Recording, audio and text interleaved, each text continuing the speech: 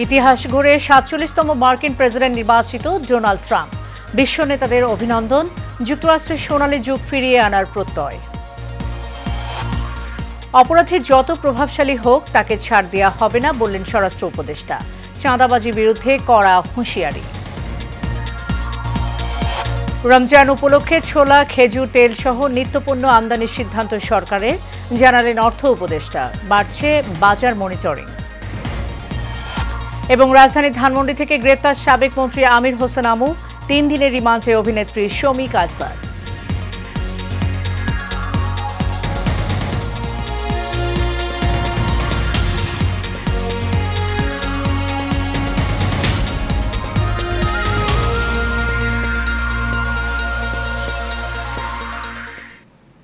স্বাগত এশিয়ান নিউজে, সাথে আছি সাবরিনা জিয়া। এতক্ষণ শুনছিলেন বিআরবি কেবল ইন্ডাস্ট্রিজ লিমিটেড সংবাদ শিরোনাম। এবার চলে যাব পুরো খবরে, আর শুরুতেই থাকছে মার্কিন নির্বাচন প্রসঙ্গ।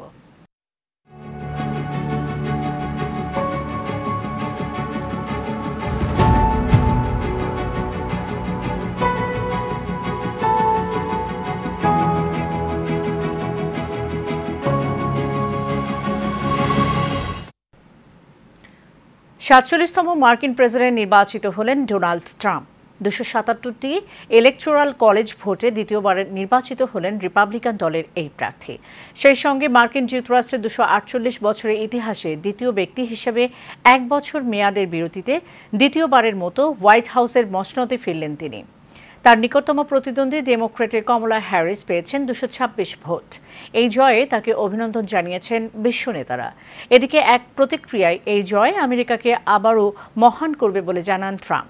আরও জানাচ্ছেন সঞ্জিদা হক।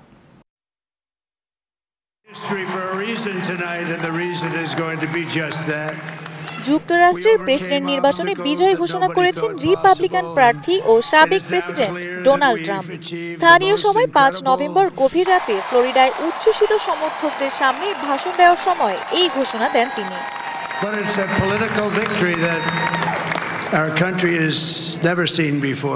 ফ্লোরিডায় নিজের প্রচার শিবিরের সদর দপ্তরে উল্লাসে মাতোয়ারা সমর্থকদের সামনে ট্রাম্প বলেন, আমেরিকার জনগণ একটি অভূতপূর্ব এবং শক্তিশালী ম্যান্ডেট দিয়েছে।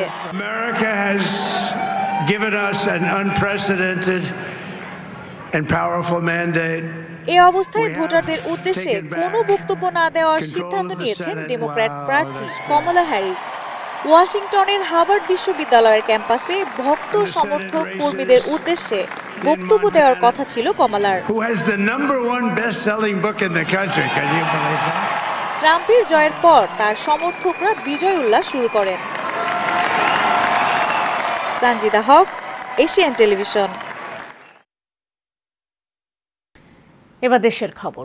অপরাধী যেই হোক তাকে কোনো অবস্থাতেই ছাড় দেওয়া হবে না বলে কঠোর হুঁশিয়ারি দিয়েছেন স্বরাষ্ট্র উপদেষ্টা অবসরপ্রাপ্ত lieutenant Jahangir Alam Chowdhury. Lieutenant general Jahangir Alam Chowdhury Dhaka metropolitan এলাকার আইন শৃঙ্খলা পরিস্থিতি পর্যালোচনা সংক্রান্ত বিশেষ সভা শেষে সাংবাদিকদের একথা বলেন তিনি বলেন, এক্ষেত্রে কোনো রাজনৈতিক পরিচয় বিবেচনা করা হবে না। অপরাধী যে দলেরই হোক তাকে গ্রেফতার করে আইনের আওতায় আনা হবে। বিস্তারিত নূর মোহাম্মদ ভূঁইয়ার রিপোর্টে। ঢাকা মেট্রোপলিটন এলাকার আইনশৃঙ্খলা পরিস্থিতি পর্যালোচনা করতে আইনশৃঙ্খলা বাহিনীর ঊর্ধ্বতন কর্মকর্তার সাথে বৈঠক করেন স্বরাষ্ট্র উপদেষ্টা অবসরপ্রাপ্ত লেফটেন্যান্ট জেনারেল মোহাম্মদ জাহাঙ্গীর আলম চৌধুরী। বৈঠক শেষে সাংবাদিকদের তিনি বলেন, দেশের আইনশৃঙ্খলা পরিস্থিতি কিভাবে আরো উন্নতি করা যায় এই বিষয়ে আলোচনা হয়েছে।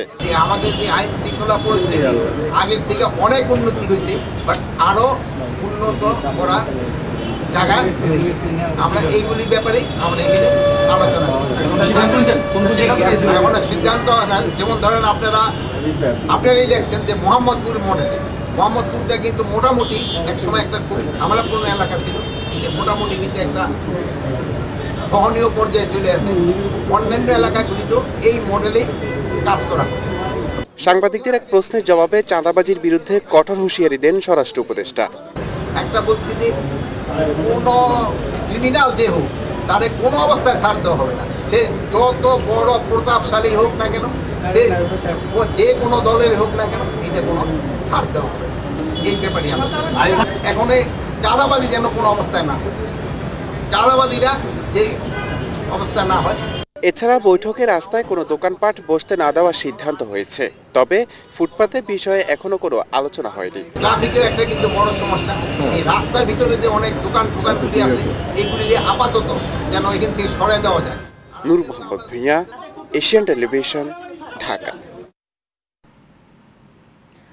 রমজান উপলক্ষে ছোলা, খেজুর, তেল সহ নিত্যপণ্য আমদানির সিদ্ধান্ত অনুমোদন দেওয়া হয়েছে বলে জানিয়েছেন অর্থ ও বাণিজ্য উপদেষ্টা ডক্টর সালেউদ্দিন আহমেদ। দুপুরে সচিবালয়ে খাদ্য পরিকল্পনা ও পরিধান কমিটির সভা শেষে এসব কথা বলেন তিনি। নিত্যপণ্যের দাম স্বাভাবিক রাখতে বাজার মনিটরিং বাড়ানো হবে জানিয়ে উপদেষ্টা বলেন, এবছর যা প্রয়োজন তার থেকে বেশি আমদানির অনুমতি দেওয়া হয়েছে। এ সময় খাদ্য সচিব বলেন, আসন্ন মৌসুমে 3,50,000 টন ধান ও চাল 5,50,000 টন ক্রয় করবে সরকার। এছাড়া 17 নভেম্বর থেকে 28 ফেব্রুয়ারি পর্যন্ত ধান, সিদ্ধ চাল সংগ্রহ করবে সরকার। আতপ চাল 17 নভেম্বর থেকে 10 মার্চ পর্যন্ত সংগ্রহ করা হবে। কতগুলো অত্যন্ত গুরুত্বপূর্ণ পণ্যের আমরা অনুমোদন দিলাম এবং কতগুলো কাজে। প্রথমত আমরা সার, তারপরে চিনি, গম, চাল এইগুলি আনার জন্য অনুমোদন দিয়েছি, অতি শীঘ্র যদি আনা হয় এবং এটা যে অর্থের বরাদ্দ সবটা আছে, অর্থাৎ আমরা নিশ্চিত করছি যে চাল, চিনি, গম এবং সার কৃষির জন্য এটা সবচেয়ে ইম্পর্টেন্ট জিনিস। আর রোজার আগে আপনার খেজুর, মসুর ডাল এগুলো আসবে, এটা আমরা আবার সিদ্ধান্ত অলরেডি দিয়ে দেওয়া হয়েছে। 2001 সালে বিএনপির স্থায়ী কমিটির সদস্য মির্জা আব্বাসের মিছিলে গুলির ঘটনায় দায়ের করা মামলায় আওয়ামী লীগ নেতা ও সাবেক সংসদ সদস্য HBM ইকবাল সহ 15 জনকে আত্মসমর্পণের নির্দেশ দিয়েছেন হাইকোর্ট। আজ বিচারপতি মোহাম্মদ মোস্তাফিজুর রহমান ও বিচারপতি সগীর হোসেন লিওনের হাইকোর্ট বেঞ্চ এই আদেশ দেন। মিতু রিপোর্টে দেখুন বিস্তারিত। 2001 সালে বিএনপির স্থায়ী কমিটির সদস্য মির্জা আব্বাসের নেতৃত্বাধীন একটি মিছিলে তৎকালীন সরকার দলীয় আওয়ামী লীগের সংসদ সদস্য ডক্টর HBM ইকবালের নির্দেশে গুলি চালানো হয় এমন শিরোনাম প্রকাশিত হয়। ঘটনাস্থলেই 3 জন বিএনপির কর্মী নিহত হন। পরে হাসপাতালে আরও একজন মারা যান। মগবাজার থেকে মালিবাগ পেট্রোল পাম্পের দিকে একটা মিছিল আসতেছিল। সেই মিছিলে তৎকালীন সরকার দলীয় এমপি আওয়ামী লীগ নেতা ডাক্তার HM ইকবাল এবং তার কিছু সন্ত্রাসী বাহিনী জনাব মির্জা আব্বাসের নেতৃত্বাধীন মিছিলে তখন গুলি করে। ডাক্তার HM ইকবাল নিজেও সেই মিছিলে গুলি করেন। এই ঘটনায় দায়ের হওয়া হত্যা মামলাটি 2010 সালের 26 আগস্ট ঢাকার একটি আদালত থেকে বাতিল করে দেওয়া হয়। একই সঙ্গে আসামিদেরও অব্যাহতি দেওয়া হয়। 26/8/2010 এবং 29/9/2010 দুটি আদেশ দ্বারা তারা যে অব্যাহতি নিয়েছিল সেই অব্যাহতিটা এখন আর থাকলো না এবং তাদের বিরুদ্ধে এখন মামলার বিচার কার্যক্রম আগের ন্যায় যথারীতি চলবে। বাদীপক্ষের আইনজীবী আমিনুল ইসলাম জানান, প্রায় 15 বছর পর মামলাটি পুনরুজ্জীবিত করার জন্য মামলার বাদী হাইকোর্টে রিট করেন। রিটের পরিপ্রেক্ষিতে মামলাটি আবারও সচল হলো। তৎকালীন সরকার শুধু রাজনৈতিক আজ্ঞাবহ হয়ে রাজনৈতিক বিবেচনায় কোনো তাদের বিরুদ্ধে সমস্ত সাক্ষ্য প্রমাণ থাকা সত্ত্বেও রাজনৈতিক বিবেচনায় তাদেরকে অব্যাহতি দেওয়া হয়েছিল। সেটি আজকের এই মাননীয় আদালতের আদেশের মধ্য দিয়ে সেটা বাতিল হলো এবং এই আসামিরা এখন বিচারের সম্মুখীন হলো। এদিকে সাবেক আইনমন্ত্রী আনিসুল হক, তার বান্ধবী অ্যাডভোকেট তৌফিকা করিমের দুর্নীতি অনুসন্ধান ও তাদের সম্পত্তি বাজেয়াপ্ত করতে দুর্নীতি দমন কমিশনে আবেদন করা হয়েছে। দুদক আইন 2004-এর 27 ধারায় তাদের বিরুদ্ধে মামলা দায়ের করার আবেদন করা হয়েছে। বদলি বাণিজ্য এবং সাব রেজিস্ট্রারদের যে বদলি, সেখানে সে শুনতাম 1 কোটি টাকার নিচে কোনো বদলি দিত না যত হোক, আর ঢাকা নানুদের ভিতরে 2 কোটি টাকার নিচে কোনো বদলি সে গ্রহণ করত না।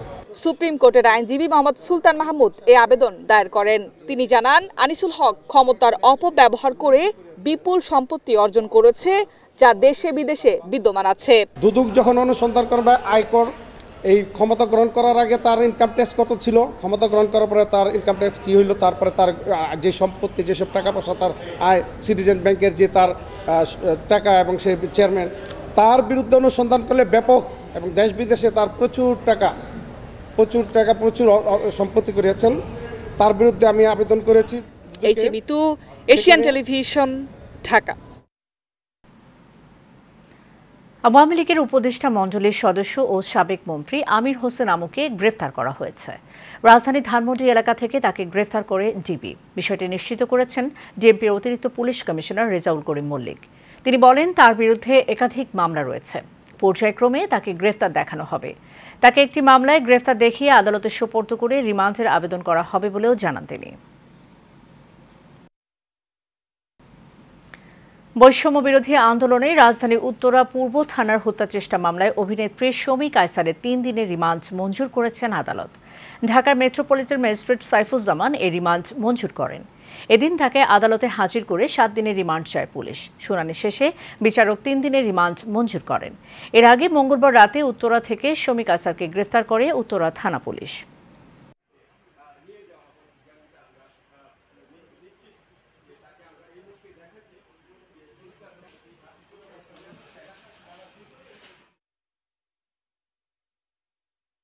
পর্যায়ে থাকছে সারা বাংলা।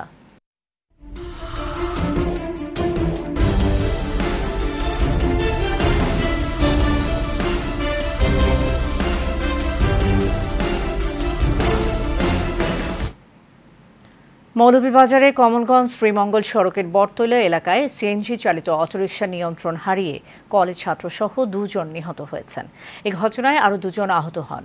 দুপুরে বটতলা এলাকায় এ ঘটনা ঘটে। নিহতরা হলেন শ্রীমঙ্গল উপজেলার পূর্ব মাইজি এলাকার কাশেম মিয়ার ছেলে মোহাম্মদ সাইম মিয়া, কমলগঞ্জ গণ মহাবিদ্যালয়ের ছাত্র অমিত সূত্রধর। কমলগঞ্জ থানার ভারপ্রাপ্ত কর্মকর্তা ওসি ইফতেখার হোসেন বিষয়টি নিশ্চিত করেছেন। জামালপুরের সরিষাবাড়িতে ট্রেনের ধাক্কায় জারা নামের 5 বছরের এক শিশুর মৃত্যু হয়েছে। সকালে সরিষাবাড়ি পৌর এলাকার সাতপোয়া জামতলা রেল ক্রসিং এলাকায় এ ঘটনা ঘটে। স্থানীয়রা জানায়, সকালে বাড়ি সংলগ্ন রেল লাইনের পাশে খেলা করছিল জারা। এ সময় চট্টগ্রাম থেকে ছেড়ে আসা ময়মনসিংহ এক্সপ্রেস জারাকে ধাক্কা দেয়। এ সময় গুরুতর আহত অবস্থায় তাকে উদ্ধার করে সরিষাবাড়ি উপজেলা স্বাস্থ্য কমপ্লেক্সে নিয়ে গেলে চিকিৎসক উন্নত চিকিৎসার জন্য জামালপুর জেনারেল হাসপাতালে প্রেরণ করে। পরে পথিমধ্যে জারার মৃত্যু হয়।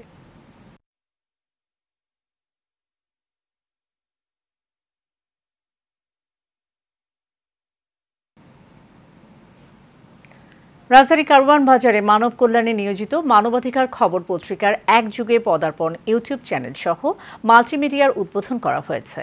ইউটিউব চ্যানেল সহ মাল্টিমিডিয়ার উদ্বোধন করেন মানবাধিকার খবর পত্রিকার সম্পাদক ও প্রকাশক Rotarian Mohammad Riazuddin.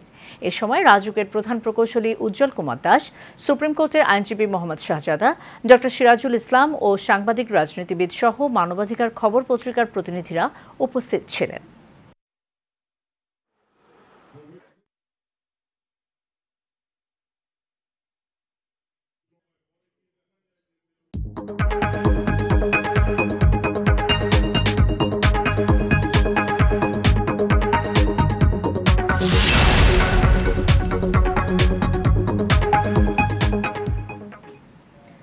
Exim bank বাণিজ্য সংবাদ। উত্তরাঞ্চলের শস্য ভাণ্ডার হিসেবে খ্যাত বগুড়া। শীতের শুরুতেই সবজিতে সয়লাব জেলার সবজির হাট। এরই মধ্যে বাজারে উঠতে শুরু করেছে ফুলকপি, বাঁধাকপি, শিম, বেগুন সহ শীতকালীন নানান সবজি। এতে কমতে শুরু করেছে দামও। এদিকে স্থানীয় চাহিদা মিটিয়ে সবজি পাঠানো হচ্ছে ঢাকা সহ দেশের নানা প্রান্তে। বগুড়া থেকে সাজু মিয়া তথ্য ছবিতে বিস্তারিত জানাচ্ছেন রাশেদ আকন। কুয়াশাচ্ছন্ন শীতের সকালে কেউ ব্যস্ত জমি থেকে সবজি তোলার কাজে, আবার কেউ প্রস্তুত করছেন বাজারে নিতে। এমন কর্মযজ্ঞ চলছে বগুড়ার কৃষকদের। জেলার বিস্তীর্ণ মাঠ জুড়ে এখন শোভা পাচ্ছে ফুলকপি, বাঁধাকপি, লাউ, মূলা, শিম সহ নানা শীতকালীন সবজি। আর এসব সবজি বিক্রির জন্য কৃষকরা নিয়ে আসেন জেলার মহাস্থান হাটে। বর্তমানে বাজার 2200-2300 করে যাচ্ছে, এতে আমাদের লাভ কিছুটা হবে। আর আপনার বাজার হচ্ছে 2000-2200, এটুকু হলেও তাও গাড়ি স্তগের টানাটানি উঠে যাবে। এই বাজার থেকে আলহামদুলিল্লাহ, এর স্যার ভালো চাইলে আল্লাহ নারা দেবে, এটুকু হলে আলহামদুলিল্লাহ। কৃষকরা বলছেন এবার সবজির ফলন ভালো, তবে দাম কিছুটা কম থাকায় বিপাকে তারা। 30 টাকা পিস বিক্রি করা হচ্ছে, 4-5 দিন আগে থেকে এরকমই বাজার আছে। এখন কালকে কিনছিলাম ধরেন 2000-2100, আজকে গেলাম 2300 টাকা মন। স্থানীয় চাহিদা মিটিয়ে বগুড়ার সবজি পাঠানো হয় ঢাকা সহ দেশের বিভিন্ন জেলায়। Rashed Akon, Asian television. দর্শক, এশিয়ান টেলিভিশনের নিউজ আপডেট পেতে ভিজিট করুন facebook.com/asiantelevisionbd এবং youtube.com/@asiantelevisionbd। এর সাথে শেষ করব এশিয়ান নিউজ। যাওয়ার আগে বিআরবি কেবল ইন্ডাস্ট্রিজ লিমিটেড সংবাদ শিরোনাম জানিয়ে দেব আরও একবার। ইতিহাস গড়ে 47তম মার্কিন প্রেসিডেন্ট নির্বাচিত ডোনাল্ড ট্রাম্প। বিশ্ব নেতাদের অভিনন্দন, যুক্তরাষ্ট্রের সোনালী যুগ ফিরিয়ে আনার প্রত্যয়। অপরাধী যত প্রভাবশালী হোক তাকে ছাড় দেওয়া হবে না বললেন স্বরাষ্ট্র উপদেষ্টা। চাঁদাবাজির বিরুদ্ধে কড়া হুঁশিয়ারি। রমজান উপলক্ষে ছোলা, খেজুর, তেল সহ নিত্যপণ্য আমদানির সিদ্ধান্ত সরকারের, জানালেন অর্থ উপদেষ্টা। বাড়ছে বাজার মনিটরিং। এবং রাজধানী ধানমন্ডি থেকে গ্রেপ্তার সাবেক মন্ত্রী আমির হোসেন আমু। 3 দিনের রিমান্ডে অভিনেত্রী শমী কায়সার।